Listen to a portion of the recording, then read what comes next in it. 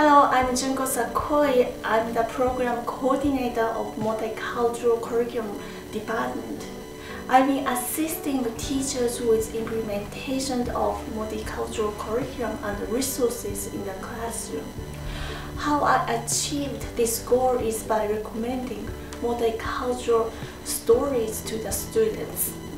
I interviewed 7th graders at Drachman Montessori K-8 school. I wanted to ask them their learning experiences and also what they thought about those stories. Here we have Echo. She read My Name Was Kyoko, written by Linda Sue Park. Here are some of her insights.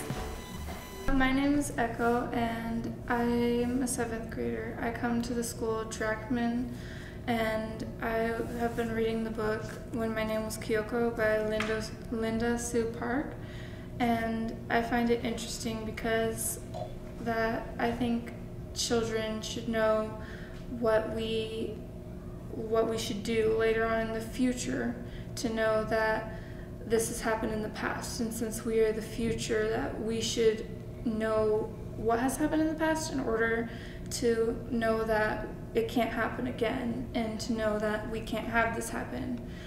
And that's what I think. But the book is about how a Korean girl, is forced to live a Japanese life that she doesn't want to live, and her brother has to end up going to the Air Force, which is causing her to mentally break down. And this upsets her because she can't handle much pressure anymore, and she can't talk about it because of everyone around her. If she were to talk about what she felt, she would probably get severely hurt.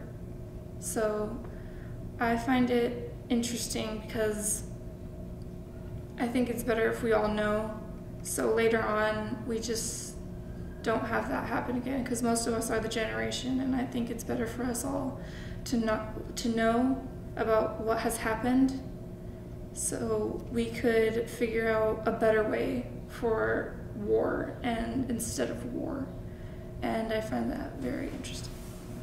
I find a connection because of what has been going on now. What I mean is everyone and everything, every race is kind of fighting with each other because of all the politics and the problems and what has been going on. And I have a severe connection to that because I have been offended sometimes because of my race and because of other people's race, and it hurts me because I think it doesn't matter. So, yeah. And here we have Sienna.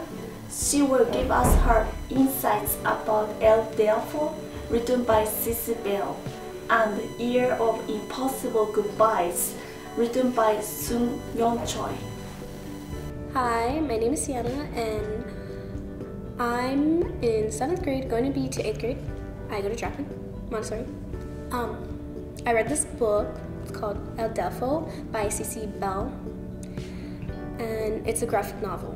The book's about this young girl that is deaf. She became deaf when she was about like 4 years old, and she's just like experiencing all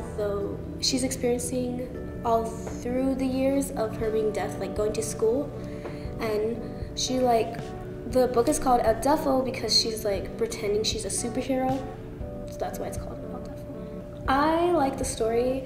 I learned about how deaf people lived back then, like their life, how they lived, and it was interesting. I would recommend it because it's sad and interesting, and I learned a lot from it, and it's a graphic novel.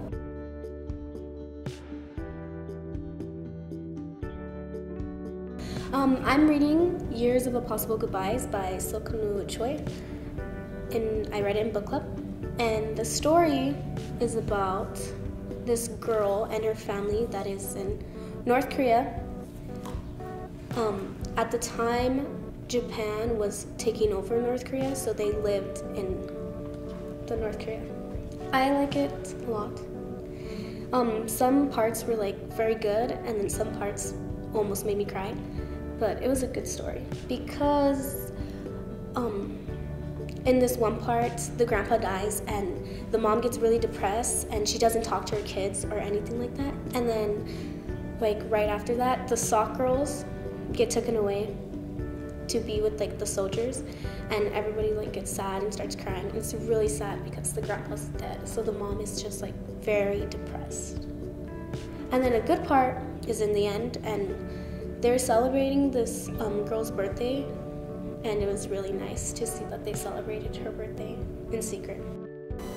Finally, here's Aliyah, and she read the book A Diamond in the Desert by Catherine Fitzmaurice, and here are her insights. So I made a connection between the Japanese internment camps and the Jewish concentration camps because they were both locked up and they couldn't really do anything. So Diamond in the Desert is basically about Japanese internment camps, and it's about mainly a boy called named Tetsu, and it's about him playing baseball in a camp in Arizona actually. And so it says like baseball basically takes all of his like worries away, and that's what he's usually like wants to do most of the time because they're all like locked up